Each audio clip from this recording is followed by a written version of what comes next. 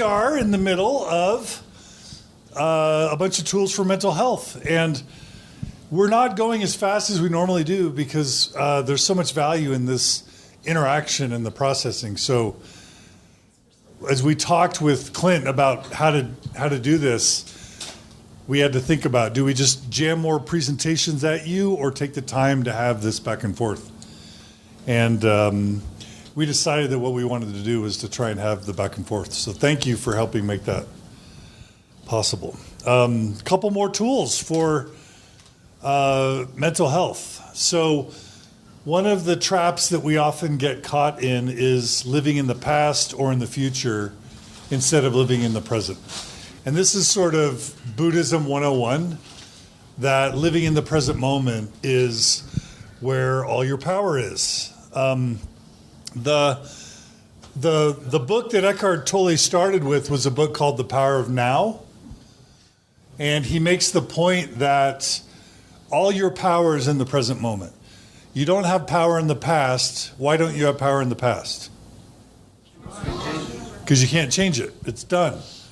And people that are kind of mired down in depression, sometimes it's because they're ruminating about the past, regretting the past, sad about the past. It's understandable. I guess the only power we have in the past is learning from it. Mm-hmm. But you can easily get mired down and stuck in it, worrying and regretting and feeling sad about the past. One way to conceptualize anxiety is fear about the future. What's wrong with, what's not useful about fearing the future? It hasn't happened. It's not here yet. And you know what? It may not happen. You may not get a future. Can't control it. You can't control it, but also you may not have it. Like my sister Gina was diagnosed with colon cancer just a year or two ago in October, and she died in December. And she was 60, right? Like, she's never met her grandkids. I don't mean to speak glibly about that, but it was just a really abrupt death. And you just realize that life is fleeting. And so you can waste a lot of your life worrying about the future. If there's a criticism of Orthodox fundamentalist theology, it's its obsession about the past in terms of causing you to live in shame and regret about mistakes you made, or it's about putting all your hopes in a future, some big promise of something in the sky that may or may not ever come. There's a saying that I heard probably from Eckhart Tolle, but maybe from somewhere else, which is, if you're in the line at the grocery store with the person at the cash register, that's the most important person in your life. And that's a really weird concept, right? Because no, Margie, my kids, my friends, people that I work with, there's a million things that are important. There are a million people that are more important to me than that woman at the cash register in the grocery store. But the truth is, when I'm at the cash register at the grocery store, I'm not with my wife. I'm not with my kids. There's no way that I can do anything meaningful with them. But I certainly can smile at this person, pay them a compliment, make them feel good, and ask them about their day, and maybe say something that lifts them up. And that's just sort of one small inkling of the power of now, of the present moment. And so entire books are written about that. This is your idea. Entire books are written about that, but it's a really important concept. And maybe one of the most powerful stories coming from Buddhism. There's several raft stories in Buddhism. But the metaphor that I really like about one of the raft stories in Buddhism is this idea that imagine that you're on one side of the bank and there's a fire or there's something that you're fleeing from. And all of a sudden there's this raft that appears.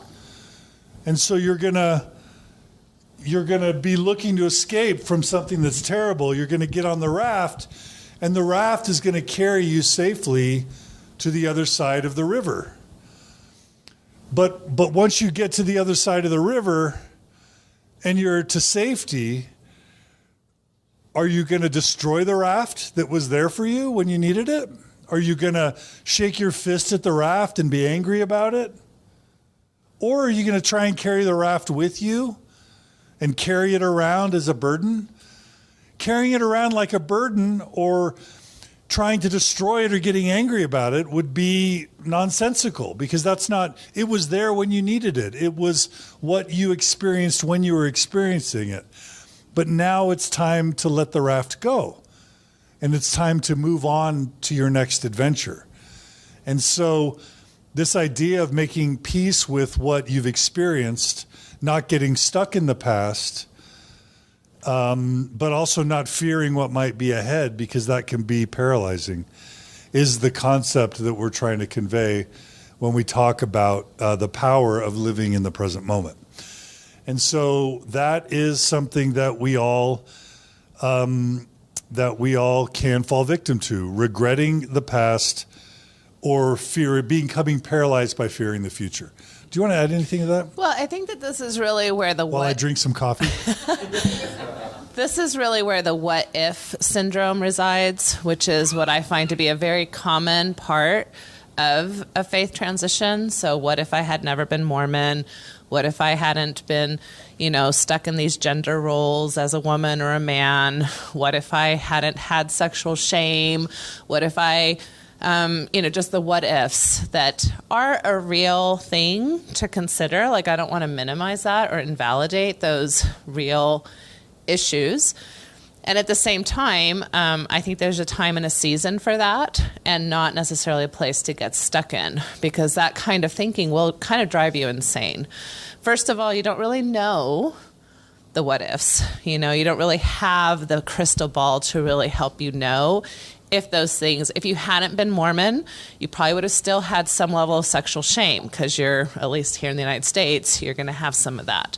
Gender roles are, again, not necessarily just a Mormon thing, right? The what if, I think, is a trap that can really get people very mired in anger, depression, and anxiety and sadness. So I think there's a moment for that, to validate it, to understand, yes, you were definitely affected by a lot of the things that came out of your Mormon story, and you don't really know what that would have been like if it would have been different. And you see all my ands that I like, and that I can't change that anyway, right? And now I've learned some valuable things that maybe help me propel myself further in ways that wouldn't have been possible if I hadn't had that experience, right? So there's a lot of ways to frame that differently that I think is much more helpful than just staying in the kind of the grass is greener on the other side of the fence. And that's, that's a saying, right? Don't buy into the grass is always greener. Again, Mormons didn't coin that. That's a concept, a principle that people in general have found to be not necessarily helpful in framing your life going forward. Well, one of my favorite memories of a quote from Natasha, there's this common dynamic that if I can be vulnerable, I'll admit that I think some of you might share. If you happen to have sort of gotten married a virgin, and if it happens to be that in your life you've only had sex with one person your whole life, which is my situation, it's very common in a faith crisis to think, what about all the good sex I could have had if I hadn't have been Mormon? And all the whatever dysfunction, marital problems, like dissatisfaction with my marriage, what if Margie and I were struggling, if things weren't as exciting, if we're not feeling great about our marriage, maybe if I had not been Mormon, then I would have had a lot more sex and experimentation in high school. And then I could have found like the perfect partner for me. And then we would have had just like 70 years of continual great sex and happiness and joy. But instead I was Mormon. You know what I mean? And Natasha and Mark, you would be horrified because we actually have a really good sex life. But I'm not bragging. It's just you are. It's fine. Okay. It's fine. but Natasha made the point. She's like, you Mormons, you guys in Utah, you Mormons think, in such kind of a closed circular kind of way. Do you think that outside of Mormonism, there aren't people coming to sex therapists and marriage and family therapists who partied in college and had all the experimentation in the world? They're all seeking therapy too, just for different things. And if they weren't seeking therapy for one thing, they're seeking therapy for another. I'm sure you said it more eloquently. I mean, how great could the sex be at 19 anyway? I mean, really, right? I mean, I gotta say, I kind of lucked out. I had a really great boyfriend. And I had some really... In high school. In high school. But that's kind of the rare story that I get in my sex therapy clinic. And so, we're not very developed. We don't have communication skills. Most of us were given fear-based, sexual education. So people struggle.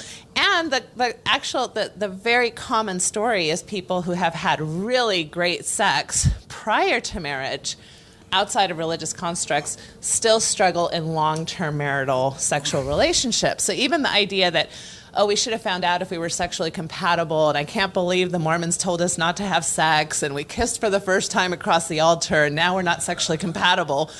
So are a lot of people who actually had really great sex at one point and still face sexual incompatibilities as they grow older together. So don't give in to weird stories that you know very little about, right? And so lots of people struggle in lots of ways for lots of different reasons. And they're more complex than just a simple narrative. If I hadn't been Mormon, my life would be great, right? It really is story. It right? is a story. It's another form of story.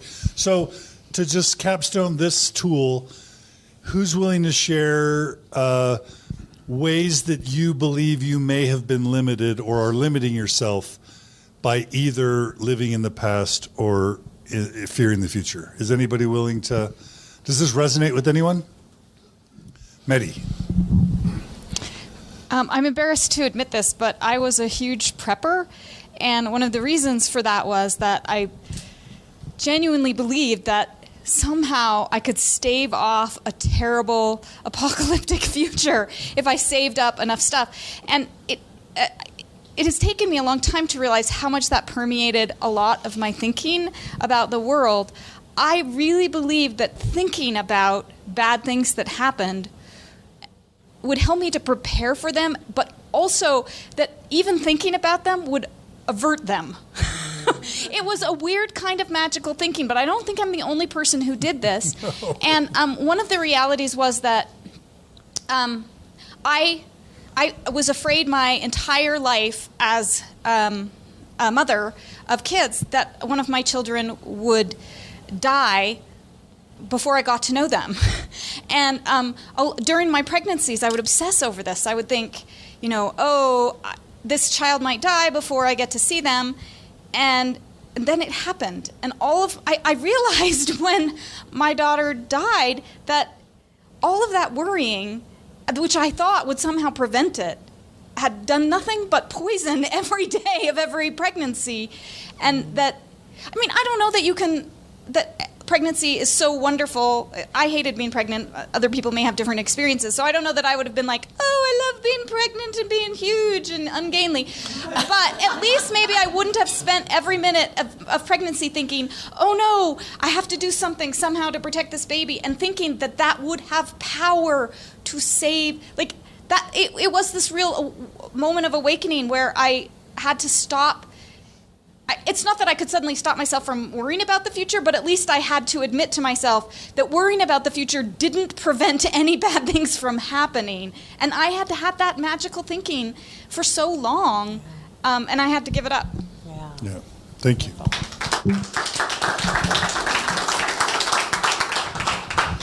Maddie, do you mind pulling those dividers shut just so that the camera cannot shoot the water bottles in the shot? Thank you. Yes. My coffee's got a lid on it, so I'm good. Don't spill your coffee. Yeah, so this is one I'm carrying a lot of. Am I holding this right? Okay. Yeah, a lot of, as I mentioned in my introduction, is years of service in the church, and I feel like, especially during my mission, I gave up the best years of my life. I feel like I had a lot of opportunities. A lot of the fantasies John's talking about, probably I think of too. And, you know, and so I'm angry about that. You know, I had my faith crisis as middle-aged. Middle age and a faith crisis is like the perfect storm, you know. It's like, if you thought I was really a rebel at 18, wait till I'm 50, you know, then things go kind of crazy. So I do resent that a bit. And as we've talked about, some of the things that I'm probably putting off is I kind of shut down. I have great neighbors, but I don't talk to them anymore, and they're not judging me. They're really nice people, and I think I'm missing what I did like about the church is it gave me a chance to serve.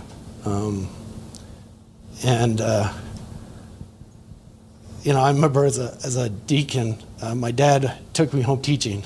We used to have home teaching. Now they changed it, something else, ministering or something.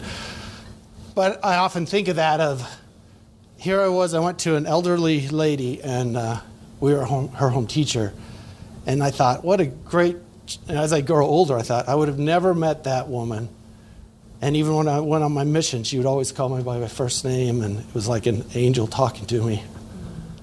And I miss that. So what I've learned from this group is, you know, getting back and instead of being, you know, introverted and just self-pity and sitting there talking about, oh, woe was me, and look at all the opportunities I've missed, is I've had a great life. And I know I've heard a lot of the challenges others have, and I feel a little guilty. It's like, wow, my challenges aren't nearly as much as everyone else's. I'm a privileged white male in the church and had every benefit that came with that, and no one ever told me what I couldn't do. I always had the freedom to do what I wanted. And so I've tried to inspire that in my own kids. And now I think as a latter of my life, second part of my life is trying to help others make good choices on their own. So.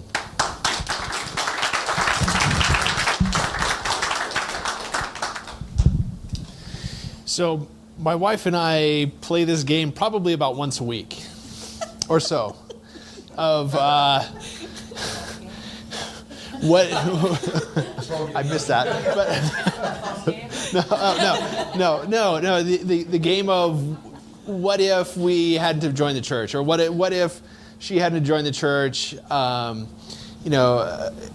Instead of going through law school now, she would have done a career earlier, chosen her career earlier, probably put off having kids for a while in pursuit of the professional career, spending 2 years of my mission, even though there were valuable things that we gained from our missions. You know, that's time that we would have spent, advancing our careers. Tithing was a huge thing. I didn't come up with a number. I did not have the courage to figure out how much I spent in tithing, but that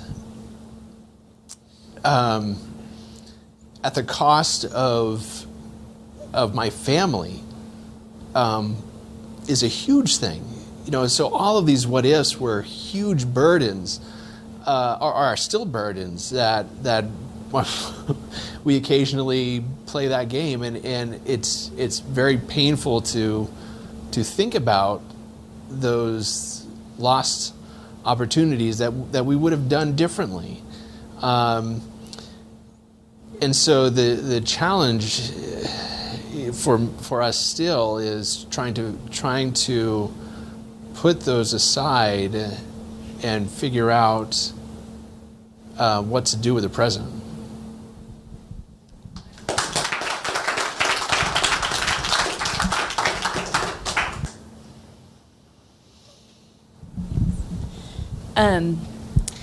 So I read the book Educated just this last year, and I know everybody just resonated so much, but it really like put into paper kind of, I had a lot of parallels with her growing up. We lived in northern Utah, and it wasn't that extreme for sure, but I feel like where our paths split, where she went to school, I stayed in the narrative of like, okay, now I'm get married, have kids, and this is and that's kind of the trajectory I went on. But as a child, I dreamed of living in a penthouse in New York City and running a company. Like, I had big dreams, and I mean, all of my brothers are successful. I have 2 lawyers. I've always had, like, my stepdad, who was a lawyer, told me that I should be a lawyer, and I would hear those things, and my heart would kind of leap, and then I think, no, but that's not my role. So I think, like, at this point in my life, like, I could have followed those kind of things, and now I've sort of missed the boat. But I have gone back to school from time to time, and after I read the book, I re-enrolled to go back to school, because it's not necessarily about the career. I think it is about the education. It is about following your dream and your passion, and just kind of figuring that out. But I often think, that I'm in this spot, and I wanted to be over there in that spot. But anyway. And that's real. And we're not saying, don't regret, don't be sad, don't be angry about the past. Again, it's going to be a grieving process, and we have to bring acceptance to that, and we have to grieve it. And there's purpose in it. Like you're saying, you're re-enrolling in school, right? Or you're shifting your ideas about how you want to be in your community, so these feelings do propel shifts and changes in us, and so they do have a purpose. And you do have a right to be angry. It's just we don't want to just get stuck there. That's the only thing we're saying, right? We don't want to get stuck and then have that negatively affect us into spaces of clinical depression, anxiety, those kinds of things. So it's balancing the feelings, helping those feelings assess, and then what are you going to do with that assessment of where you're going to move next. But I don't know any human who isn't dealing with some level of the what-if syndrome, whether it's religious or family or career or whatever. So the Educated book, I totally relate, and I had a guy at a Swedish bookstore recommend it to me as a book, and you should have seen his face when I said that I used to be Mormon and that I had been a hoarder and I had homeschooled my children to protect them from the evils of the world. His face, he just was one of the most priceless. So this is what he was shocked. He was like, could this even be real? And I just started laughing. So I'm also from northern Utah. But here's my thing that comes kind of with that. Tara could have never written that story if everything in her life had gone perfectly. So what if we just don't have boring lives? What if we get to have been raised in this religion and have lived one life, and now we get to have a whole other life, and that life is so much more interesting from where we've come from. And instead, we get to kind of be warriors and winners in our lives, and we get to show our children what it is to turn our lives around halfway through. And we get to have so much more depth and interest to our little life tapestry than we ever could have if we'd gotten a PhD when we were 25. I don't know. I love that. It's my story, I tell myself.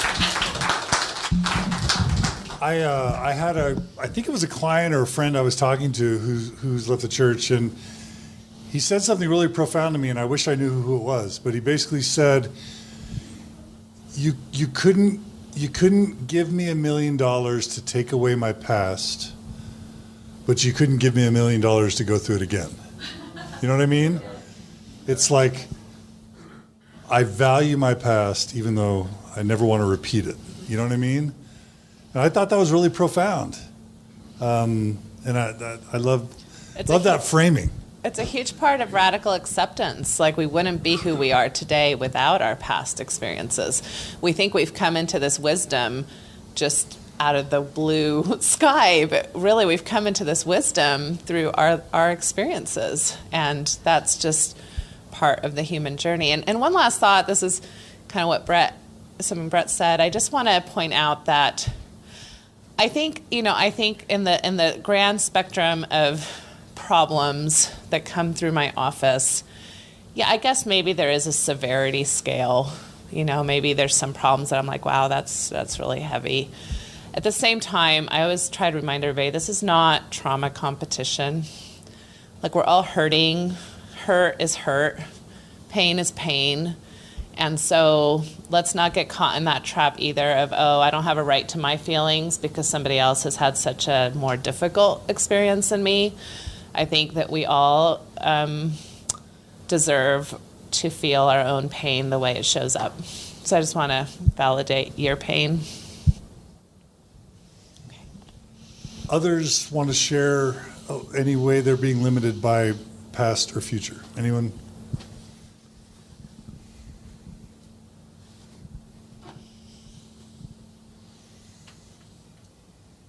Ready to move on? Okay. Tool number 5. Discovering your authentic self through mindfulness meditation versus being disconnected from your true self. Sometimes coaches or public speakers are accused of offering really glib, simplified kind of platitudes, pithy platitudes that really beg the question of what they actually mean, but they sound really good. And that idea of discovering your true self can be one of those sorts of things, because we're all going to go, yeah, we all need to find our true self. But then you ask, what does that mean? And how do you do that? And that's the hard part. And yet, I think that the biggest, the most violent thing that any system can do in that first half of life, the thing that can be most damaging is systematically disconnecting us from ourselves. I really believe that. We're not trained to think about what we care about. We're not trained to think about what we like. We're not trained to think about what's true for us, what's moral for us, what's useful, what brings us joy.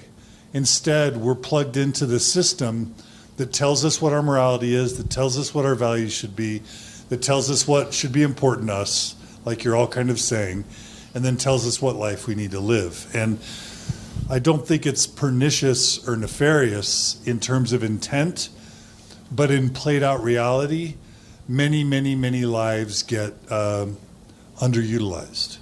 There's that quote from Little Women where I think a man says to Joe, you could have been a great teacher. Does anyone know that line? You could have been a great teacher, and she responds, I could have been a great many things. Right? And the opportunity of this faith crisis, maybe one of the most powerful ones, is for us to go on that journey of self-discovery. Because what happens when you're living someone else's life for you? What happens? What happens when you're living someone else's values in life? What does that do to you? How does it make you feel? What? Empty? Inauthentic? Sad? Depressed? Compromised? Violated? Right? So this question of who am I is probably the great question. And it might be one of the hardest things to figure out, and yet that's what we need to do. We need to get still and figure out who am I and what do I care about? So many of you are like, I don't know who I am, and I don't know what my purpose or mission should be. And if that's the case, then you really need to put more effort into figuring that out and prioritizing it. And I don't mean to be sermonizing you or lecturing you about that, but the value of these tools is just to point you in directions that could be useful. And so the question is asked, how do you figure out who you are? And the only thing I can say is by getting still, by learning to sit with yourself and to tune out other voices. Sometimes turn off the podcast, turn off the Netflix, turn off relationships and go on walks or meditate or write or journal. Spend time alone and get used to letting go of all the distractions that keep you occupied, but that are actually blocking you from developing insight into who you are and what you care about. And it can be scary to sit with that silence and to sit with yourself and to turn off those distractions. But it is one of the most important things that we all need to do to then tap into our own inner reserve of who we are and what we care about and what gets us excited, right? So mindfulness is one way of learning. It's developing a practice. If weightlifting builds your muscles, mindfulness builds your ability to be introspective, to start tuning into who you are and what you care about, learning to sit with yourself, tune out the distractions, and then see what arises for you. And there are a million apps now. This is like all the new rage. It's Calm app.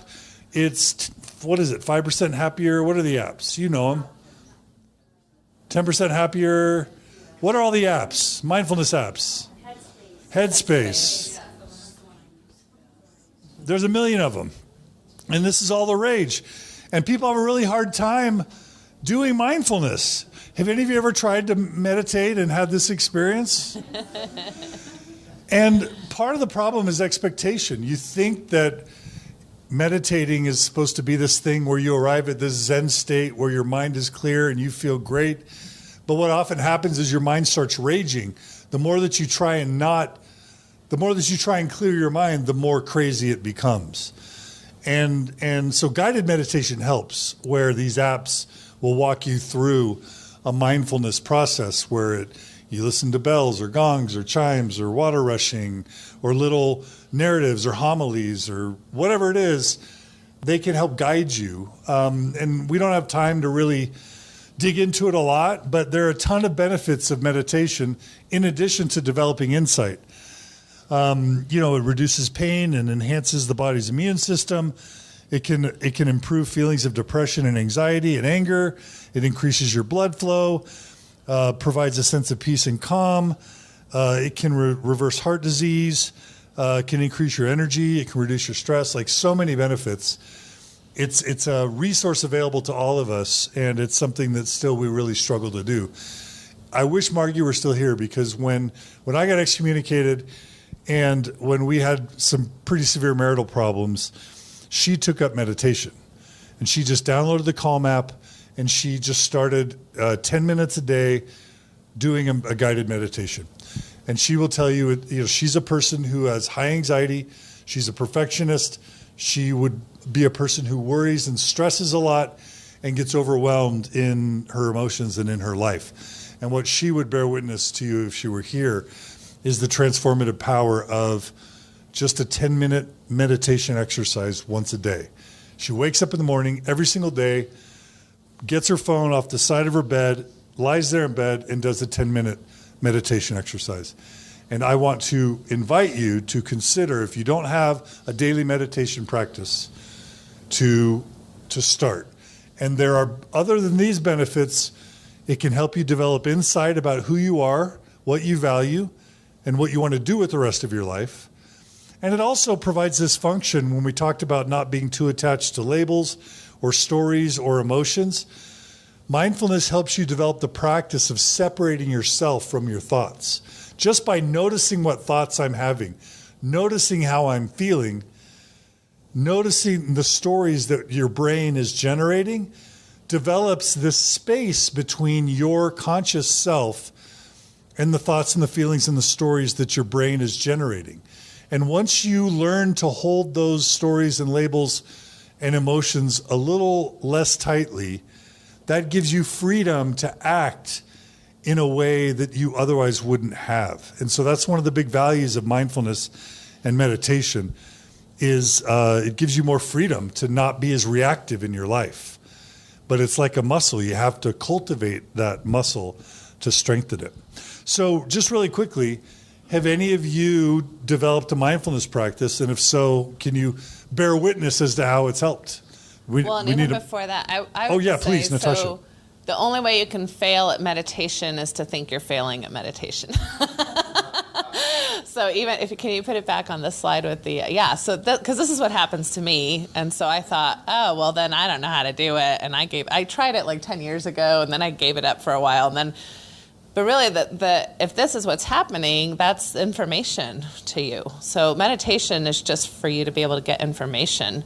So as long as you're not judging yourself about what shows up, then that's meditation, right? So now I'm much better at saying, oh, that's interesting that that's where my brain went, right? Or, oh, that's interesting that now I'm feeling this feeling. And so it's just all information as you either do it guidedly or do it on your own.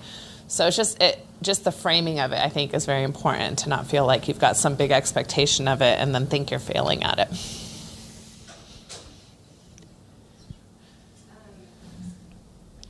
With that, I think a lot of people, especially a lot of guys, feel like it's froofy. And I think that meditation also, it can be simply sitting in your backyard and having your mind listen to all the sounds it can hear. Yeah. Or another one that I do real quick, if I've just had a busy day, just to kind of bring me back, is I kind of try to notice what's in abundance in this world. And that's actually been one of the most powerful things for me, because I'll literally say, wow, we have an abundance of lighting, and we have an abundance of air conditioning, and we have an abundance of carpeting. Can you imagine if we just had wood floor, pebble floors, or we have an abundance of tables? And when you do that, it actually creates this world where if you're feeling sorry for yourself or feeling sad, all of a sudden you just really realize how much abundance we have in this world. So that itself is a meditation. So I think I used to always think meditation was literally I set my clock for 20 minutes and I listen to the music and I try to get my mind to come to a place where it's not thinking, and it's not, it doesn't always have to be that. It's just can literally be, like I said, you sit in a beautiful spot and see what you can see and name things, and just kind of bring you to a place where you're just thinking about that moment. So beautiful. Yeah, thank you.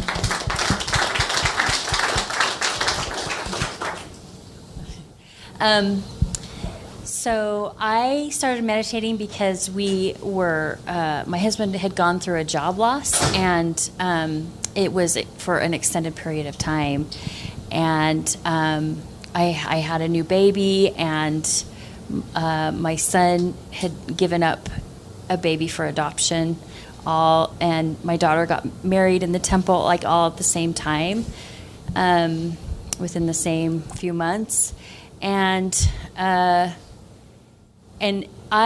feel like I have maybe a little ADD. My thoughts just a little bit drove me crazy. It was constantly rumination, constant thinking about all and worrying and everything. And one night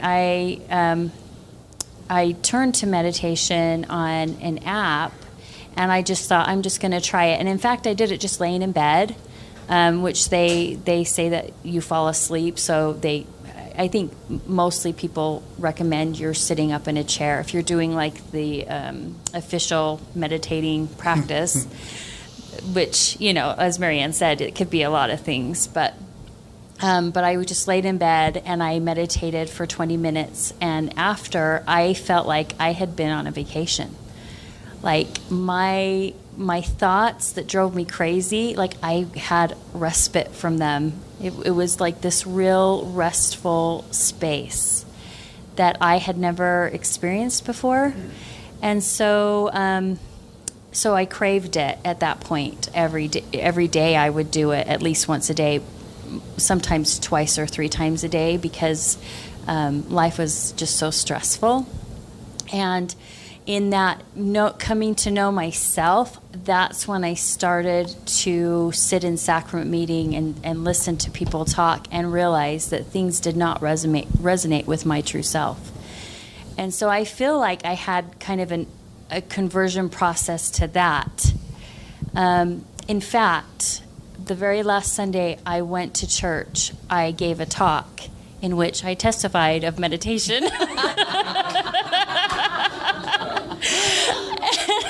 I couldn't do a whole lot more than that at the time. In fact, I sat down and I thought, everybody in this whole ward is looking at me like an apostate right now. And I haven't gone back. But I did get a lot of comments. Wow, you had great insight. So I also realized through that thoughts that I thought were coming from Satan were actually my thoughts. And that Satan wasn't whispering in my ear, and that I could redirect my thoughts. So it was actually a very life-changing experience for me to find meditation. And through meditation, I found yoga, same sort of concept. And anyway, life-changing. I really think that was the most important thing that I've done for myself through this. So, thank you.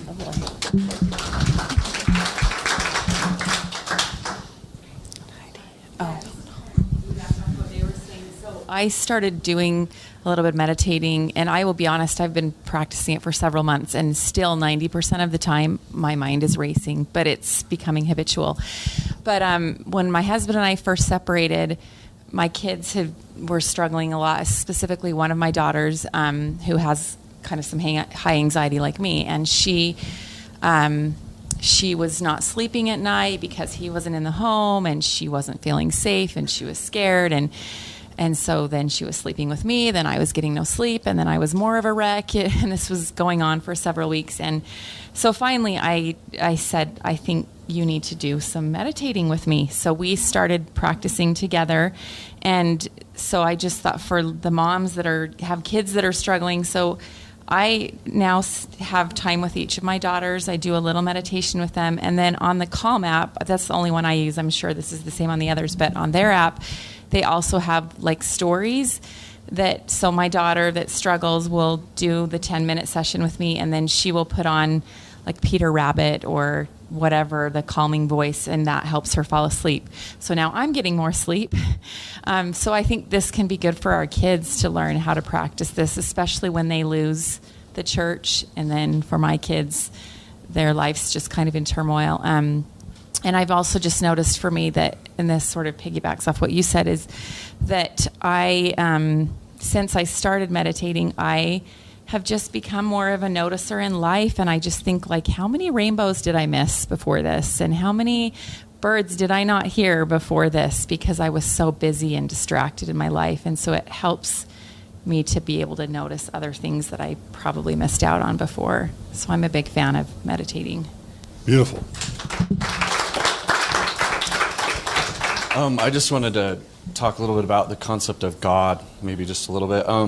For me, as a believing member, I had this concept that God was some bearded guy that lived in Kolob and sat on a throne, and he was out there somewhere in space, and so you would scream out to him, where are you? Why aren't you listening to me?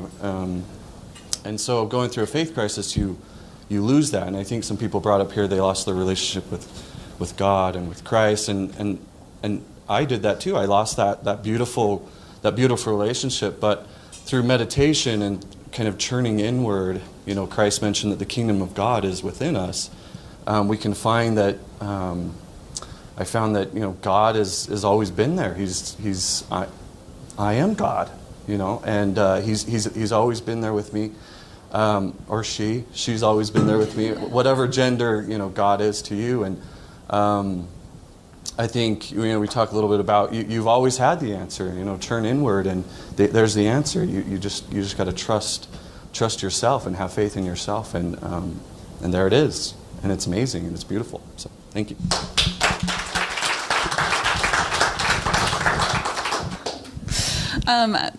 Thank you, Adam, because I was actually thinking along those lines.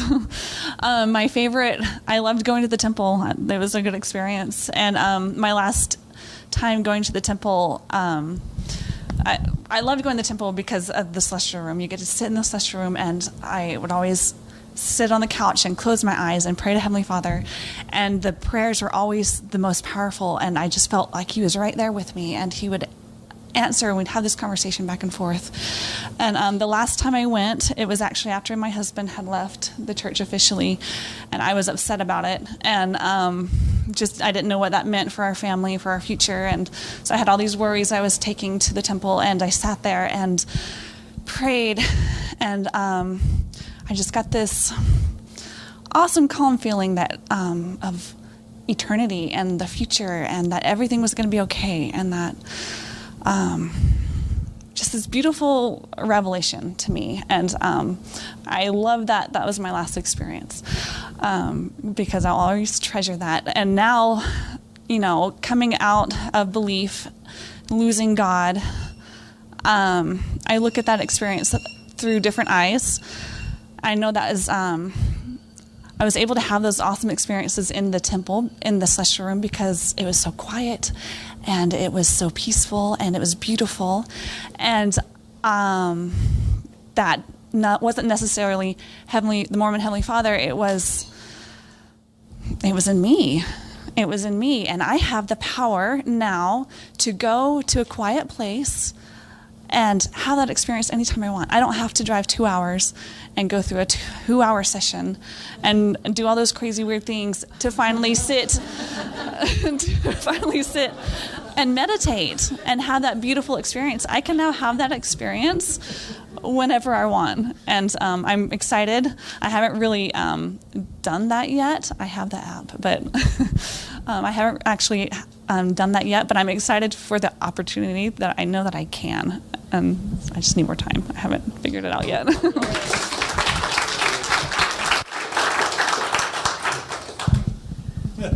One of the things that, we talk about often is, again, how there's truths within our traditions, right? When you think about religions in general, it's not like Mormonism owns prayer, right? Or worship, the idea of worship, or the idea of sitting in a celestial room, And so when you look at all the faith traditions, there's all these really invitations for people to sit still within themselves. Unfortunately, they've been hijacked a bit by how exactly to do them, and or worthiness. You have to be in a certain space, or a certain, wearing a certain garb, or and a lot of religions have these things. Pay 10%. But the reality is that there's truth to these narratives that are so old, they're so ancient, right? Where people have found out, oh, if I sit in a still space, there's something useful about that. If I try to, connect with something larger than myself, there's something useful about that. And so I think there's great beauty in seeing the wisdom of the traditions we come from, and then reclaiming them for ourselves in ways that still resonate, whether it's mindfulness, or whether it's still prayer, or whether it's finding sacred rituals that we now ritualize for ourselves, because there is power in ritual, and there is power in these kinds of ideas that, especially when we reclaim them, no longer belong to somebody else, they belong to us. So I think it's beautiful. Yeah.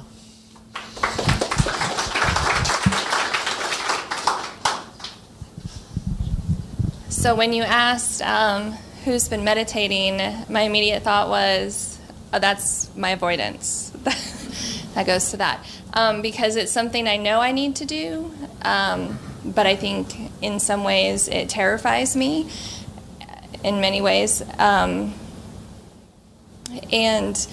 I actually wrote about this in a poem, and I just wanted to read it because I feel like it expresses, but it's called Distractions Kill. Silence scares me, so I find noise to fill the void, like a good addict who wants to be sober but is not ready, lacking self-discipline, because I am weak, like he said. Silence provides space for his lingering programming to remind me that I will fail, that my life will mean nothing on my own, incapable of self-direction, like he hoped. Noise and distraction are my poorly chosen coping skills that are more like restraints, keeping me in an in-between where I have left him, but still hear his echo. So I busy my mind to drown him out, knowing sadly I too can't breathe, but I am accustomed to lacking self-preservation, like he made me. Silence forces me to not only hear how much of a hold he still has on me, but it also requires me to confront the weakness of my own voice. I am ashamed to meet me, so with noise I lie and shout loudly that I am strong, puffing up in order to survive. Hearing my normal voice would be too self-deprecating, the weaker version, like he taught. Noise momentarily saves me, helps me sustain my distance from him, so I busy myself and then crash, even though I know it is bad for me, and while I want different, it became the way I run from him and pretend that I have made it, when really my life is just a series of screams, timed perfectly. Silence is a luxury for those who have always thought their life was their own. I am too afraid to finally hear, because in silence I would confront what is left of me, which I fear is something small, something raised to take up little space. With noise I can self-aggrandize, fake a presence to feel important, like he is. Noise kills me, even after I have survived so long. Now I am the cause of my slow death, the death that is cruel, where I exist but weakly, a life of shouting to make noise. I hate that I do this to myself and never know who to blame. Is it murder? Because he programmed me to speak softly, to be meek and lowly?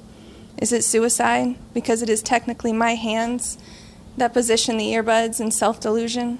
All because the bravery in me cannot bear to meet the woman he crafted in his image. Silence would save me from a shadow self if I could just stand to sit with the broken woman I am, if I could just stand to hear the weak voice I have, if I could just stand to accept with rebirth, I can become something new, something with more of an existence without him, against his will. Naked is how I feel when I sit in silence and know I'm not ready for a side-by-side, posted for an ego boost. In silence, the me that has to exist without him is a version of me I currently despise, one I have not yet forgiven for being weak and turning into his child. I want to live a full life, but am not confident, so I tune out the minutes and inadvertently prove him right, like he knew I would. Silence is for life, not death. So if I can master ease and comfort in my skin being still, then I will be able to become the smart, inventive, funny, trickster, bold woman I see as me. If I can endure starting at a weak place and not turn away from the image that shows how far away I am for what I want to be, then I could have hope for making life one lived. If I can remind myself that while I may still have to live in his kingdom, I can pick my participation level, then I can reclaim some of my existence and make the minutes of it reflect back the part of me that is free.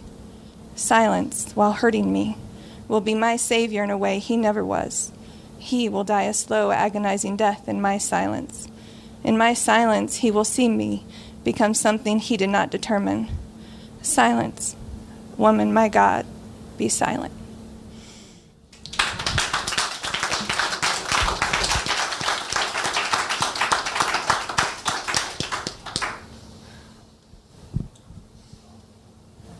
Wow. I'm just going to say, wow. That was really powerful. Thank you. If you want to share that poem in our group, I'm sure a lot of people would We would all love it, read yeah. it. So meditation for me has been a little bit different, but so hopeful. I took a class called Soul Restoration, and it just resonated with me that that's what my soul needed to be restored. And it started out with doing a timeline of my life and writing down every horrible thing that had happened to me. And after I got all that out, I had to turn around and go back and look at that and rewrite it. Even though I was abused, I have turned out to be a wonderful mother and have not abused my children, even though this happened to me, you know. And so I rewrote it in a positive form. And then they asked me to spend a day in meditation with the restoration team that I had to choose for myself, my younger self, my truth teller, and my 80-year-old self. And I laughed and said, oh, yeah, right. I don't even know who my younger self is, and she's so hurt and so damaged that I don't even know what she looks like. And so I set out to do that exercise to prove them that it couldn't work. It wasn't going to work. And I was absolutely determined that day that I had home alone that I was going to prove that this didn't work. And in the exercise, they asked you when you got in touch with your truth, with your restoration team, to ask them what gift they had for you. So it took me a long time to find that hurt little girl, but I had an image of a 5-year-old grandson that I could use, who was perfect, and I never wanted to see him hurt. So I used that image, and once I got that image, I could think about myself, and I asked her some questions. I have this beautiful journal that I journaled all this in, and I asked her what the gift was that she had for me, and she said, "You are so good." And that was really significant for me because I was pretty sure I was born bad. So for those words to come to me, "You are so good," was really significant. My truth teller, the question I had for him was, will I ever get to meet her? And the answer that day that I got back was, if you want to meet her, you'll meet her. I had no idea how that was going to happen because I believed it was never going to happen. We had hired an agency to find her, and they lied to us and said they found her, but she didn't want to have anything to do with me. So then when I contacted my 80-year-old self and spent some time with her and wrote down all the questions I had and answered them, she told me that I was okay and that I had always been okay. So I finished that thinking, wow, I set out to prove that wrong, and it was such an amazing day. So fast forward a couple of years, I kept getting voices and friends and people telling me that I needed to start a blog, and I kept saying, no, I'm not a writer, I don't, no. And so finally I gave in, and I started this blog because I had it already written. And I got to the point in the blog where I needed to tell my story, and I stopped. Because the blog scared me in the first place because it was about my life, and my kids didn't know a lot about my life, and now they're reading this blog. Mom, this is really good, but is this really? So I stopped when I got to my story. And a year after that, it came back. And he was watching football, and I got up because I was bored, and I went down and sat down, and I wrote my story, or at least a part of it, the significant part. And 6 months later, she found me. And the first thing that I had to give her was my story, so she would know that I had never forgotten, I had never not wanted, I had never not desired to know her and how she is. And right now, as we live in Salt Lake, she lives 20 minutes from me. So that's the power of meditation.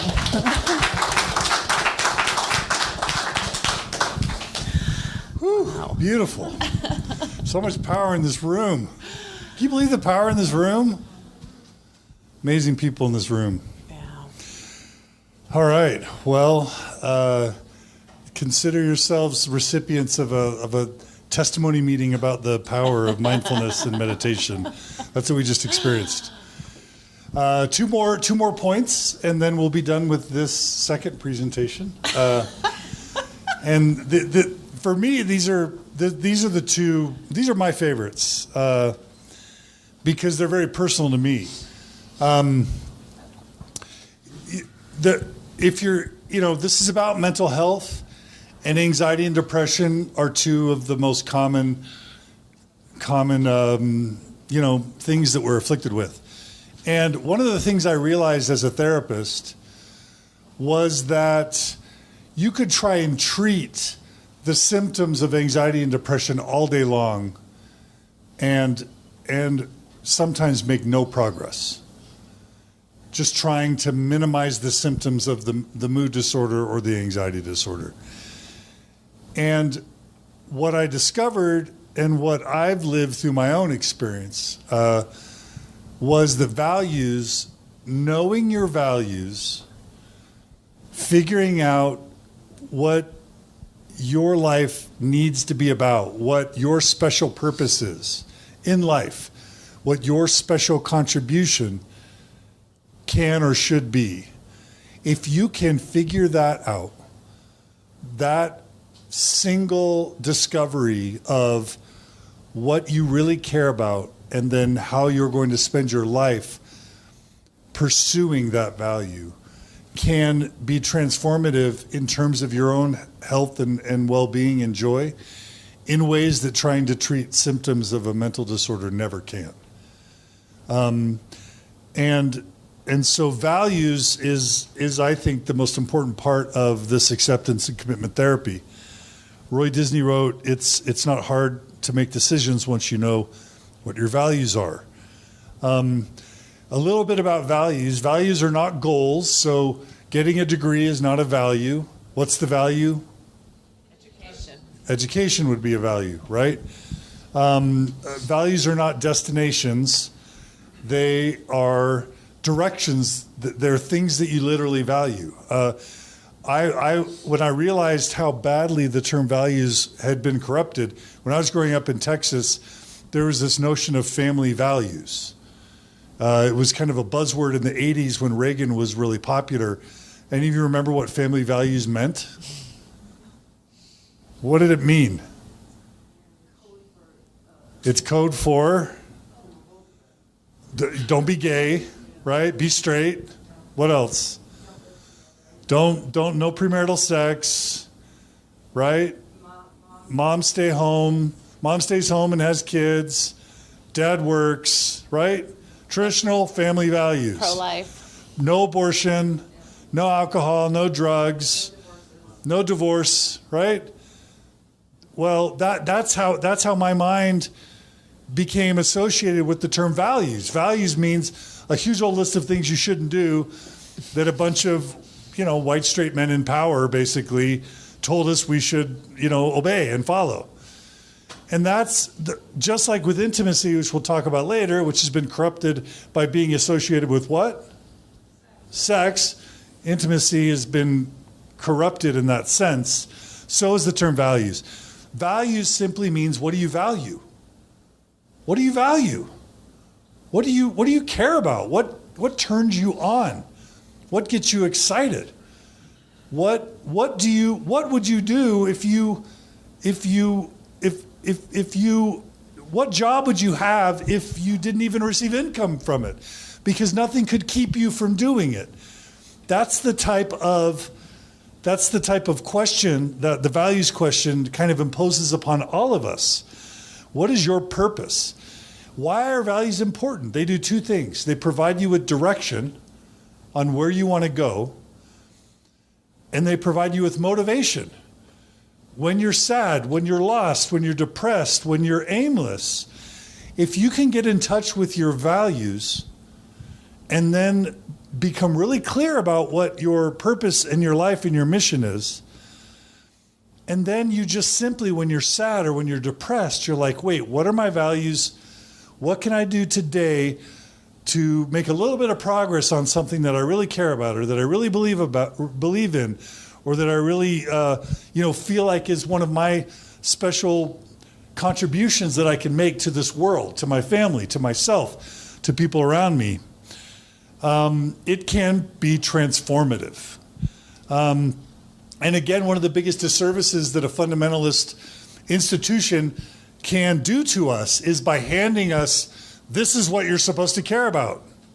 Now do it. You know what I mean? And we never actually take the time to figure out, no, wait a minute. And a lot of you mothers are saying that. It's like, hey, I love my kids, but I may have had less, or I may have had them later. I may have pursued some other things, but I was never asked what I cared about. I was never asked what I value. I was told what I was supposed to value. So we actually literally have never been given the opportunity to take the time to get still, which is why we talk about meditation and mindfulness before we talk about values, because values can emerge from getting still and tapping into our passions, to what we care about. And that's why values are so important. So I just Googled values, and this is just one of a billion lists of values. Brené Brown's got her own list. You can find all sorts of lists. Acceptance and Commitment Therapy has lists. But some of the values listed on this slide: creativity, curiosity, honesty, integrity, simplicity, respect, transparency, integrity, humor, humility, service, kindness, fun, adventure. The list is endless. It's limitless. What's important is that the values that you choose turn you on, light you up, get you excited. What turns you on? And I don't mean that in a sexual sense, although that's not bad. Can be. Can be. It can be. I have sexual values. Yes, you can have sexual values. But what lights you up? What turns you on? That's probably one of the most important questions you can have. If you're stuck in depression, if you're stuck in anxiety, if you're stuck in your faith crisis, stop churning about Fanny Alger and peepstones and polyandry and what's on Reddit. Get more in tune to what you want your life to be about, not what you want to stand against, right? Spend less of your time focusing on what you're against. Spend more of your time focusing on what you want to be for, what you want to create, what difference you want to make in the world based on your values. And I will tell you from personal experience that it will transform you. Just one second. It will transform your life. It has the potential to transform your life in ways that nothing else will. So if you don't know what your values are, imagine a blank tombstone, like your tombstone. What would you want to be said about you on your tombstone? This is called the tombstone exercise. We're not going to do it, but do it in your mind. What would you want people to say about you? That's one way to think about it. If you were to write a eulogy for your funeral that you would hope your child or partner would offer on your behalf, what are the things you wish that they would say about you? What contributions would you have made in this life if you had kind of a clean slate to be able to decide for yourself?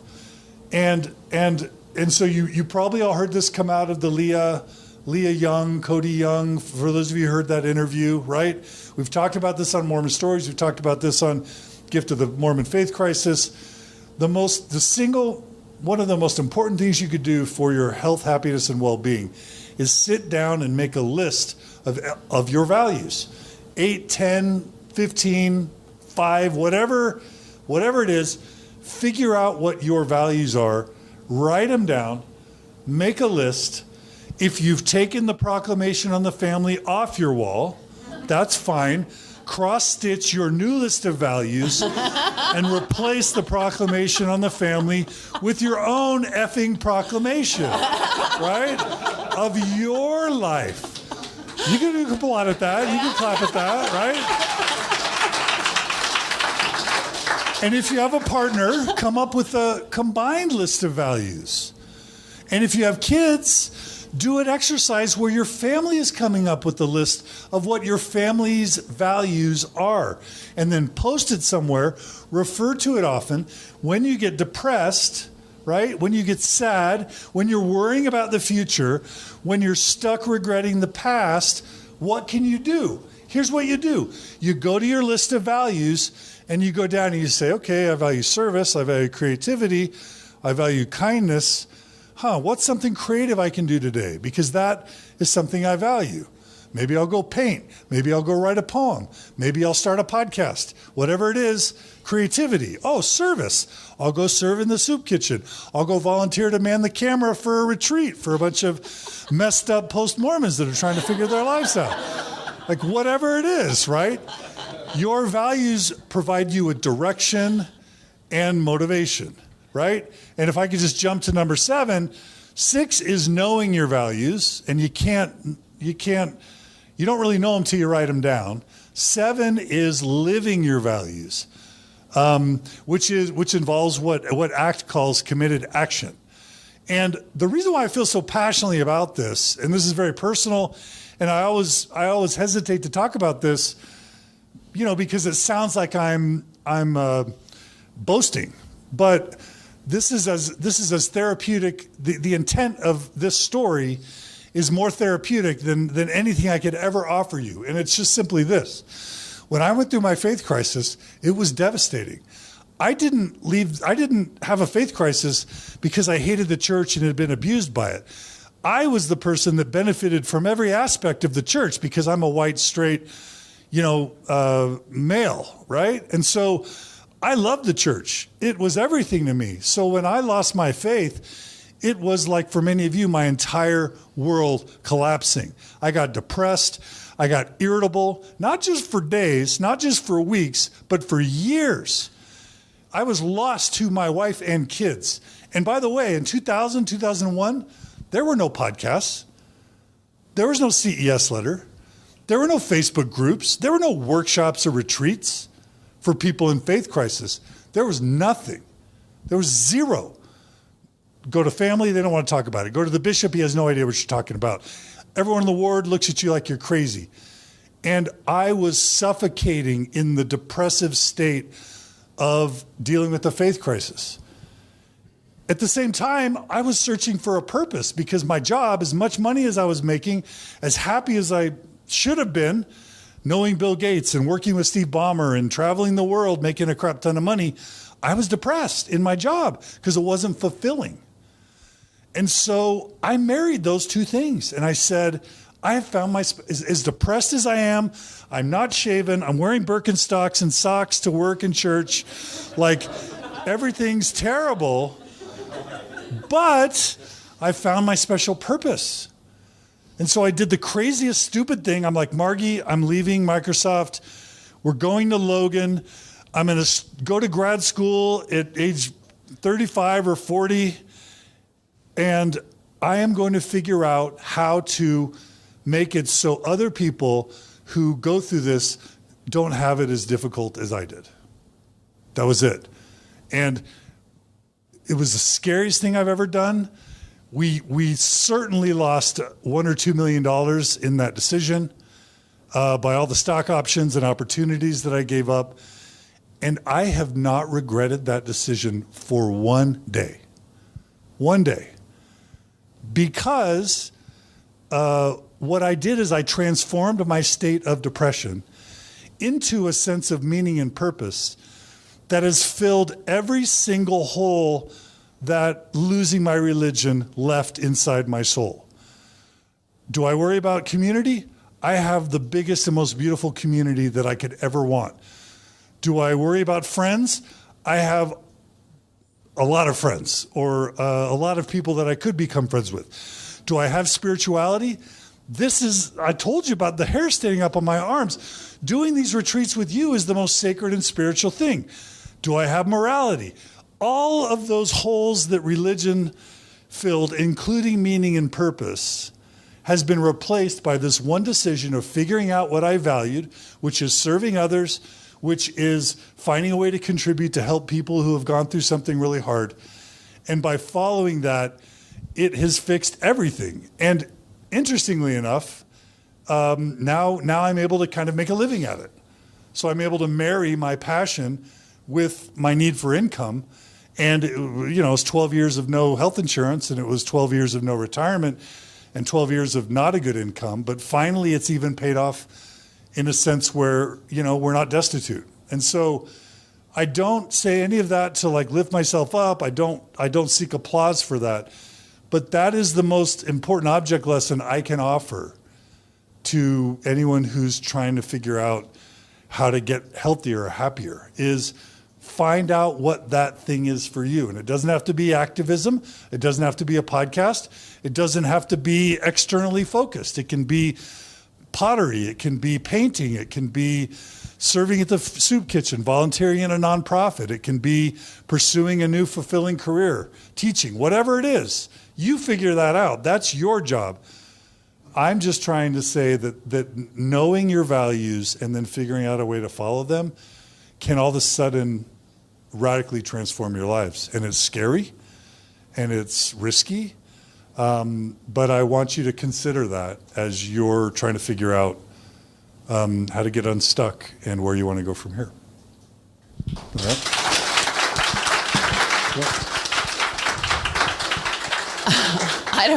That was pretty impassioned. I don't know what I'm going to offer after that. The only thing I would say is just, I think that in our tradition, we have conflated beliefs with values. So just be cautious of that, So a belief is very different than a value. So I can say, well, I believe in God, or I can say, well, I value a relationship with something universal or something divine, right? And so those, you can have a belief in God, but you want to still have a different value associated with that belief. So, and I think that, we'll talk a lot about this when we talk about communicating with family and friends, but what is usually so integral, not just to your own mental health, but your relationship with other people, is that the common denominators are usually values. And that's where you're going to most be able to find commonality with the people that you're really struggling with right now. So we can have very different beliefs. Most values are fairly universal, and that's been backed up by social research, such as like the golden rule. That's pretty much everywhere. There's not really a culture where you don't find some version of the golden rule. And so there's something really powerful in knowing your values and then knowing the language of values so that you can really connect with other people that you're struggling with right now. And we'll talk about that in the session of communicating with believing family and friends. And in mixed faith marriages, values are the key to many of that. So really quickly, let's do some processing. Has anybody had any insight into some of their values? And yes, Abe, you're first. Anyone want to share anything about values, anything about committed action, something they want to do, some insight, anything? Stand up, brother. Yeah, sorry. I have been actually really excited for this section. Sorry, I'm so anxious to share. But because I had a really meaningful... I did this year, and I just want to share a little bit about the process and some of the benefits that I found, because when Lily started going through her faith journey, all the way up until about 6 months ago, my life has pretty much always been in the box and in the convention, and it's all been pretty black or white, and the narrative's all been working. And then all of a sudden, when you're in a mixed faith marriage, you're in the gray. And then I read the CS letter. I'm ingesting everything Lily's sharing with you, and my own faith is crumbling. And it's like, okay, now there's no script now, And so how do I even stay intact? How do I stay functional, And 10 years ago, a friend had recommended a book to me, Get Out of Your Mind and Into Your Life. I think that's from ACT. ACT is based on that. And so I actually had known about this, and so I just put pen to paper, and I was on a ski trip with a work group. They're all chatting. I'm in the back of the van just crunching out my values, trying to figure this out. But a couple of things I want to say, at least for me, is very iterative. I probably spent 3 or 4 hours just getting it down, and I think a lot of what can maybe stop people or almost stopped me is you don't know right off the bat.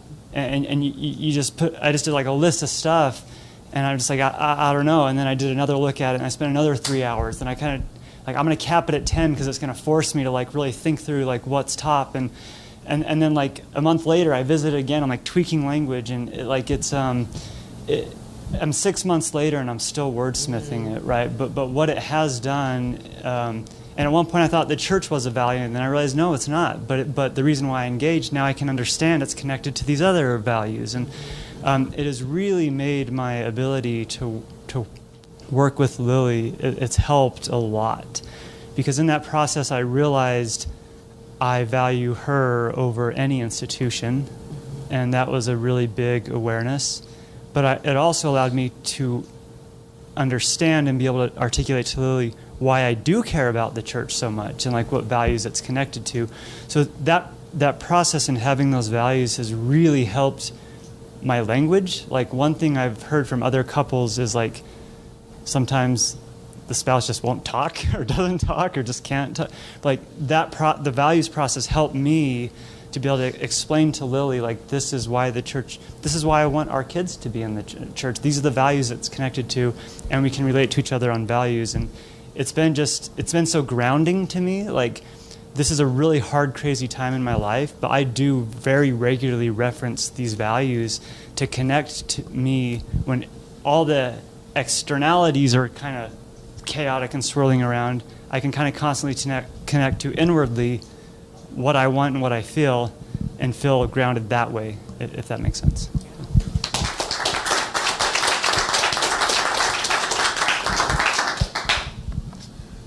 Beautiful. Who else? First of all, I can't wait to get home, sit down with my family, and create my own proclamation of my values and hang it on my wall. That sounds amazing. There'll be a little bit of humor in it, but it'll be mostly good. It's interesting. Humor can be a value. Absolutely. I think it's interesting that a lot of times, and I see this with people that are on your podcast, John, I see it with other people that I talk to or blogs that I read, that when they have a faith crisis or they reach this kind of post-Mormon life, they have to question what their values are. What are they then now, right? Because maybe it used to be going to the temple, reading the scriptures, doing all these other things that we were told should be our values, but were they ever our values, right? And you have to kind of find your own, and a lot of people do, right? They say things like, I've never been so open about gender equality or, acceptance, real unconditional love, not judging people for what, they say their eyes are opened. And I think that it's important to kind of call it out, to think about it. All of us as a goal to kind of write those down and really kind of live by those, because I think it is important to replace what used to be our values or what we're told they were with what we really think that they are.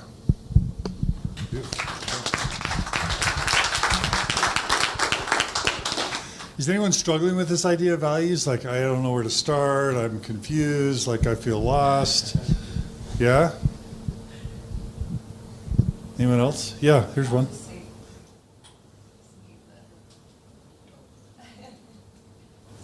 I'll just say real quick, one thing that was hard for me when I first kind of was going through this is not, so I would feel guilty if I had a value, if, there was something that I valued that was not in the Mormon script.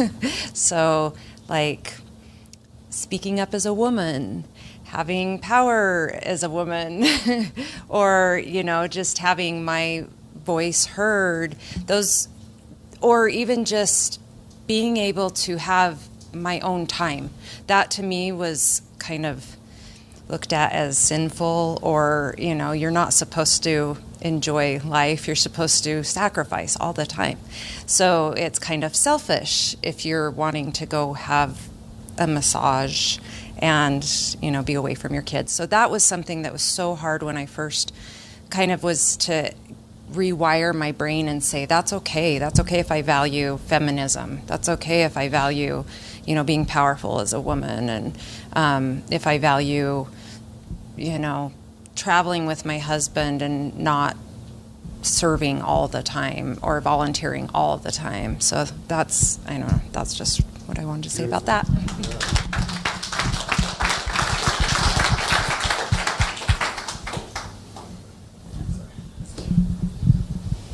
This is a good topic. I know in 2000 there was the Stephen R. Covey's 7 Habits of Highly Successful People, and then his planner came out. And I remember I was a big believer in the Covey planner, and later became Franklin Covey, and I'd have my binder and pull it together, and you put your values down, and it took off. It was nationwide, worldwide. It had a Mormon theme, but it was kind of the ideas were really core and good. And now coming back to those, looking at that again, I haven't really thought of this for a while, but I remember being so excited when I'd write those goals down or those values, and then work towards goals towards each of those and checking those off and how good those made you feel. And even when you didn't write it down and you did it later, I'd still write it down so I could check it off because I still felt really good about it, and I'd have some history of it. And I think I still have binders from decades ago of those.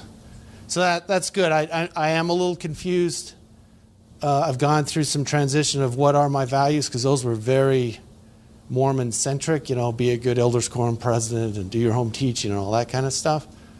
But there were still lots of good values of being a good father, being a good leader and helping others. And so I have to look at those again. I like the idea of the proclamation to the family and coming up with my own.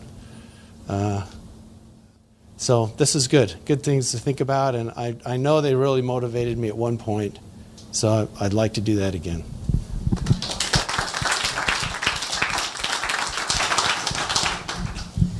Well, about a month or so ago, I listened to Margie, you did a podcast about building your family values, and I feel like that really did help me, because I was really felt like I was drowning at that point, what do I do? Oh my gosh.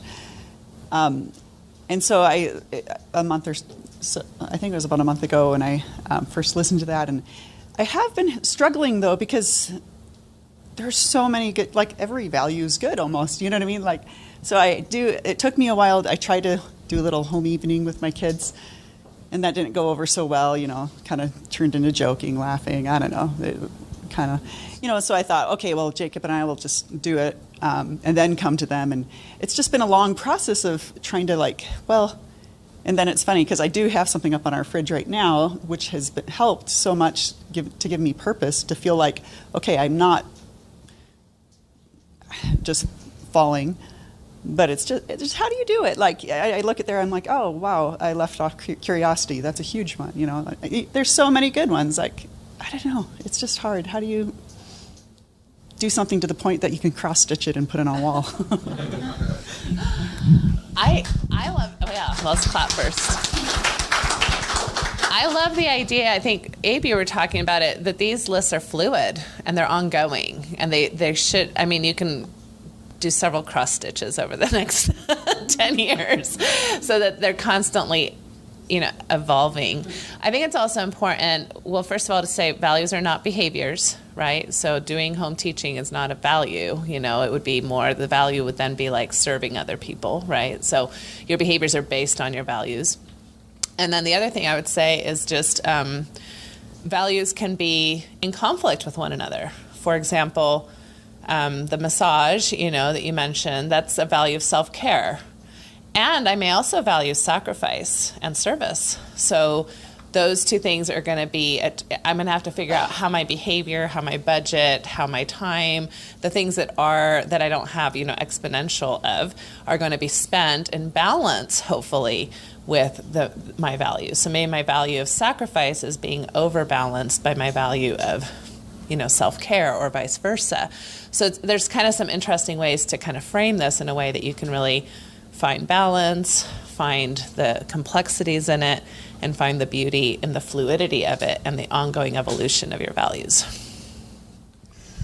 And I'll just add, maybe one way to sift through your values is to not just have it be a list of shoulds. Well, I should serve, and I should be a good, husband or wife, or I should,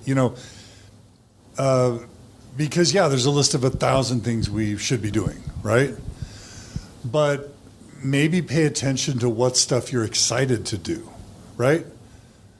And if you can find just a couple things or 5 things that it's not just that you should have that on your list, but it's like something you're excited to pursue. So it goes back to that, what turns you on, what lights you up. Maybe try and do a trial and error of which one of those things, because like Margie loves learning. She loves learning so much that she reads like 2 to 3 books a week, but she loves reading. I value learning, but when I try and read, I have a really hard time doing it. So I read 6 or 8 books a year, and usually only when I have to do a podcast about a book, and so I have to prepare.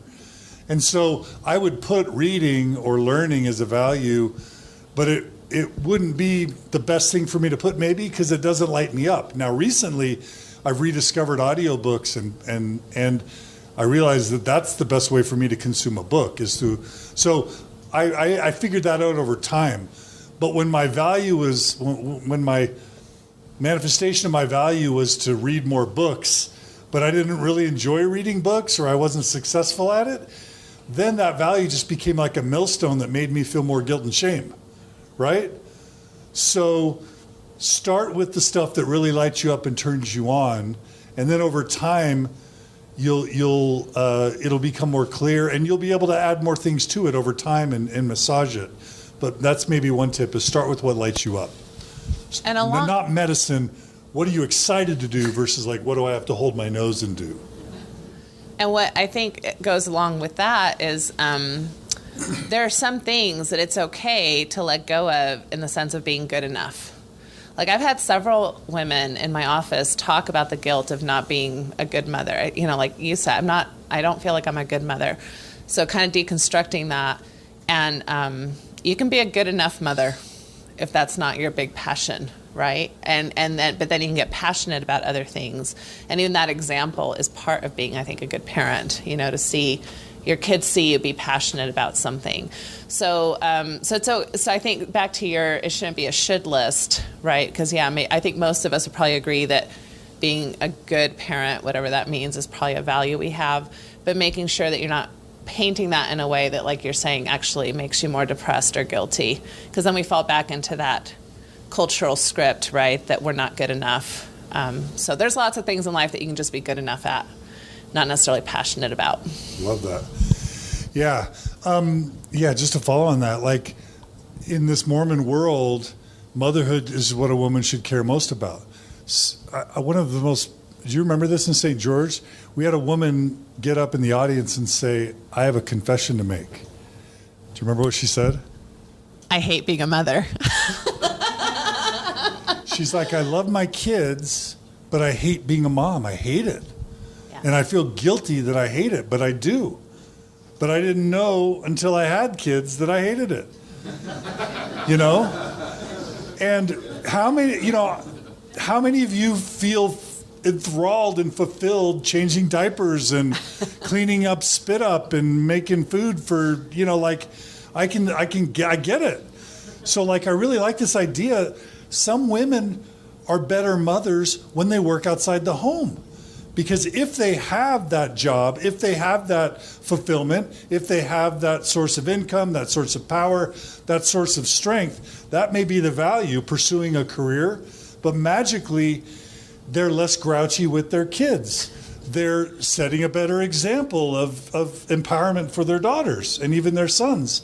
And in the end, by pursuing that value of pursuing a career, it magically transforms and improves their role of motherhood, even though it was sort of a side benefit. Does that make sense? So that's just an instance of where going with what lights you up can actually improve a should. Does that make sense? Yeah. And I just wanted to add to that, what helped me when I think about this is to start with questions like, who would I be if I wasn't being somebody for others? And to start sort of visualizing who I am in that way in sort of a, abstract way, not like in a title way or a set role. And then And to be able to make a list of values and not place any judgment on what you've just written down. Not be like, oh, good for me, I put service down. Or bad for me, I put, whatever down, because I think that's a separate issue. And I think it's fine to acknowledge, like, we have preconceived judgments about what should or should not come to us. But I think it's an amazing experience to be like, in a way, as if you were the only person on the earth. Who would I be? What would drive me? How would I spend my time? And if you weren't somebody for everybody else.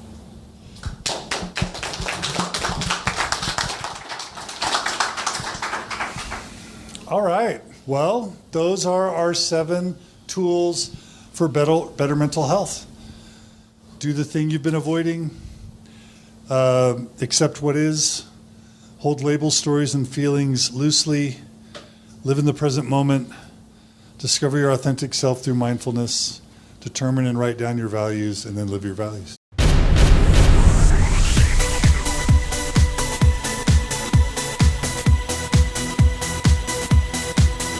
Hey everybody, this is Wayne Sermon from Imagine Dragons, and I would love for all of you to join me for the first annual Thrive Day, where we can heal, grow, and build community together.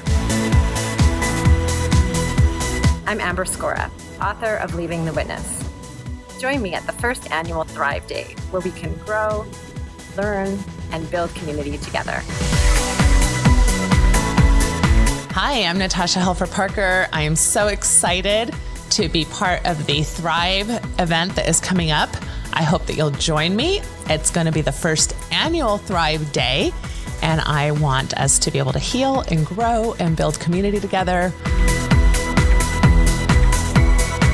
Hi, I'm John DeLynn. Please join me for the first annual Thrive Day. Never before will have so many thousands of post-Mormons been assembled, purely focused on the idea of healing and growth and building community. It's going to be positive and uplifting and an exciting day.